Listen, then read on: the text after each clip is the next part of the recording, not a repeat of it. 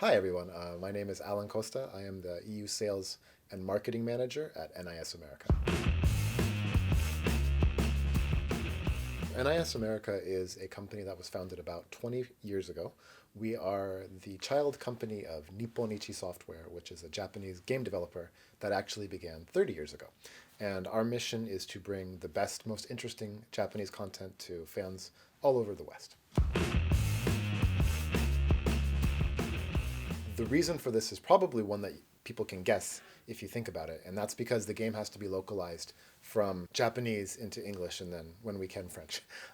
However, you might think, oh, well, it's just changing the languages, but there's actually a lot more that goes into it. So, in addition to obviously doing the localization from language, we also have to debug the game to make sure that there's no bugs in it. Anytime you change the game code, you have to make sure that the code is working correctly. And so we do that, and then we have to submit it to the first parties, and they check it, and then there's manufacturing, and then it gets released. And most of the time, that takes between 6 to 9 months. Well, the main difference here actually has more to do with the text itself. So the Trails games are fantastically huge. That's part of the reason everybody loves them so much, is because there is so much text and lore and everything. But on the localization side, that really means that we need to dig a little bit deeper and take more time. Another thing is that unlike some games that are a standalone game, meaning it's just one by itself, Trails into Reverie directly references all of the games that came before it. So it's very important that we make sure that all of the previous names, places, events, ideas, characters, all of those are referenced properly and accurately to what came before. And so all of that checking takes a lot of time.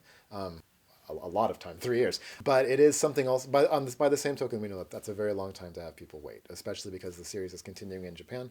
And that's something we do want to address going forward to hopefully tighten up those localization times a bit.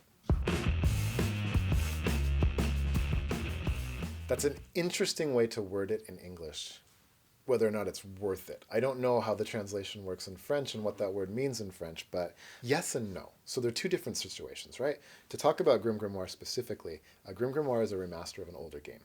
And we wanted to have a kind of quick turnaround on it, and the original release never had French. And so we made the decision that let's just get this game out, and then we'll get it out into French-speaking people in English.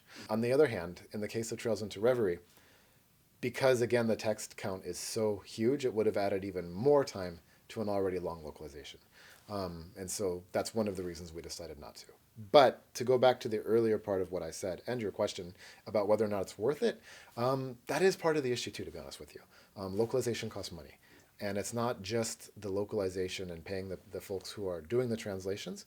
It's also, again, the debug, because every time you make a new version of the game, and the French version is technically a new version of the game, we have to debug that version as well.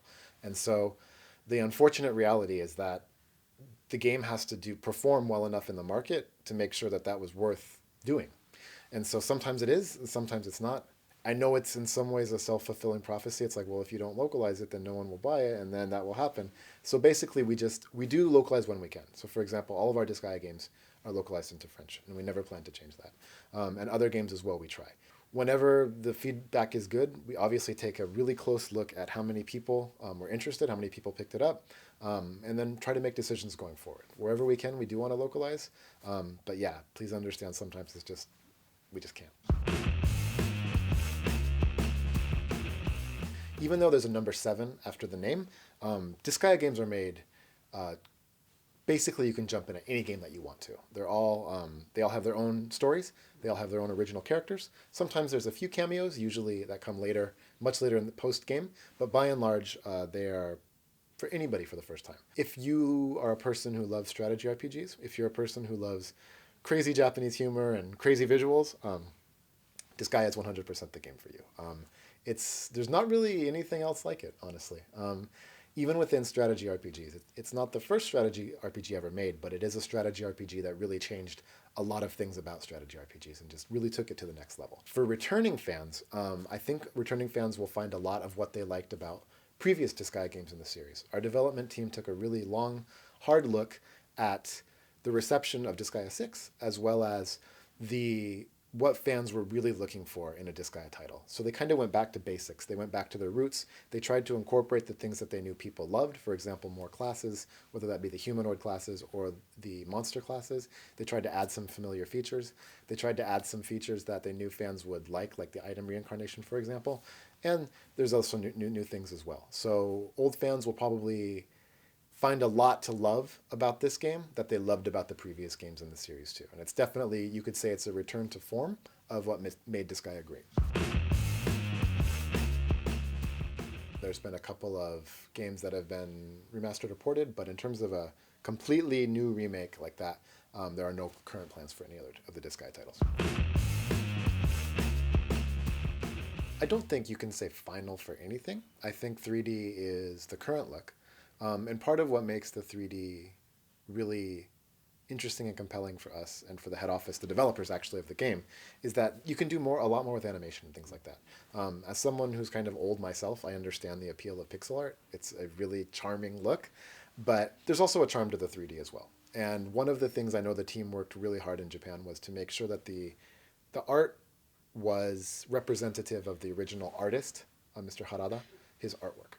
And I feel like Disgaea 7's gotten a lot closer to that. And so I know a lot of people are still kind of like, but I miss the old pixel art. Please keep trying these. I think you'll find a lot that's really charming. The animations are really cool and cute too. So for now, it is 3D. We'll see what happens in the future. But please try to enjoy the 3D as well. Updates in the sense of DLC, there will be a season pass, so yes, there will be things. I don't know if we have the schedule actually set yet, but it should be relatively uniform, and it should be pretty quick in succession. But yeah, there are several big DLC packs. The thing about Disgaea is that it's kind of a tradition, actually, to have these packs that call back to the previous Disgaea. So it comes with characters from the previous games. It has a story scenario that you play through to kind of get them into your party and to enjoy them. And then after that, they're completely part of your party and you can use them from there. So yeah, I think most Disgaea fans will be very familiar with what's coming.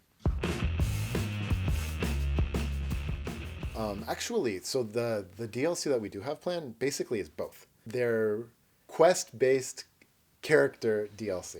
You'll have 2 or 3 characters from previous Disgaeas that rather than just they suddenly one day they're there, hi, you're in the party, wow, right? It's more, there's a reason for them to come. They meet your party, usually you guys fight, and then after that, it's very organic, and then they join you. So that's the way the DLC will work.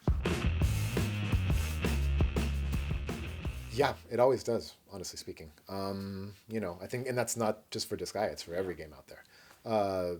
That said, I think that the developers really tried hard to listen to the fans after Disgaea 6. I also think the developers really tried to make the best Disgaea that they could. So I think we're very confident that people are really going to like it, and I'm very confident there'll be Disgaea 8 and 9 and 10,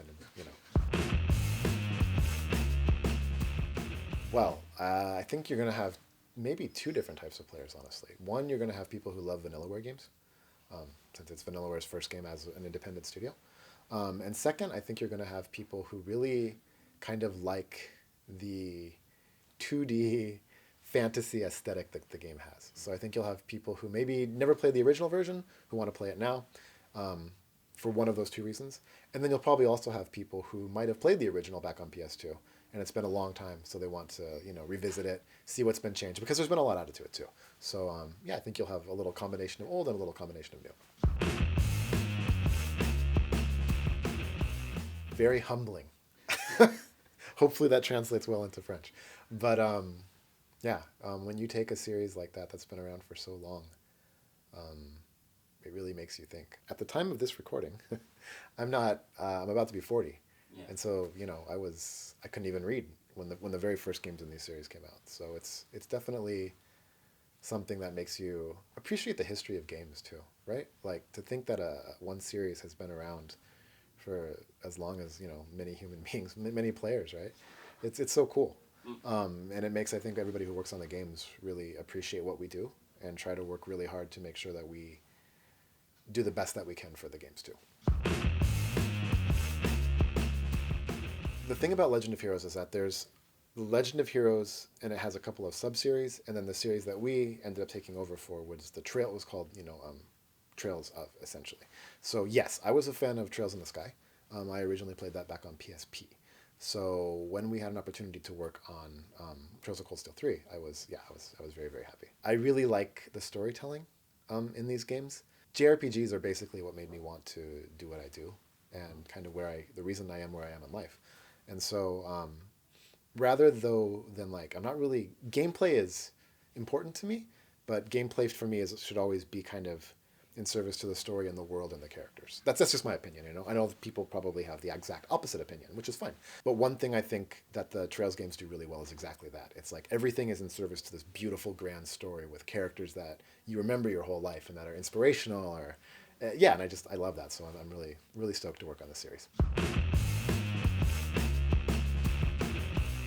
We pay attention, of course. You have to see what's going on around you, but we basically are a console slash PC focused publisher, and there's room for everything. To be honest with you, there's just as many hardcore fans of console games and as there are, you know, games that are free to play, for example, or kind of, you know, large scale multiplayer things. So there's room for everybody. I really feel. Like I said, I think we pay attention to what's happening just to be aware of what's going on. But we're really pleased, I think, also with the fan base that we've built up over the years. I don't really necessarily think that you're losing one set of people that go elsewhere and never come back. I think there's, you know, people who maybe just say, you know what, I'm not really interested in those, I'm here. Or people who just say, I love it all. You know, it's like I play on my phone, I play on a Switch, I play on the PC. So yeah, there's room for everybody. From our games, it's a tie between Disgaea 7 and Trails into Reverie. Disgaea 7 just because it's just going to be something that all the Disgaea fans are going to love and they're going to want to play it. And Trails into Reverie because I'm so invested into the Trails series overall. If it's for gaming in general, I'm cautiously optimistic about Final Fantasy 16. We'll see. It's been, obviously, anybody who loves JRPGs, you can't miss Final Fantasy, right? Yeah. But, you know, over the years, I've had my favorites. I've had some that I haven't been as interested in. And let's just say it's been a while since I found a Final Fantasy that's really kind of got me. And this one looks like it's going to be pretty cool. So, yeah.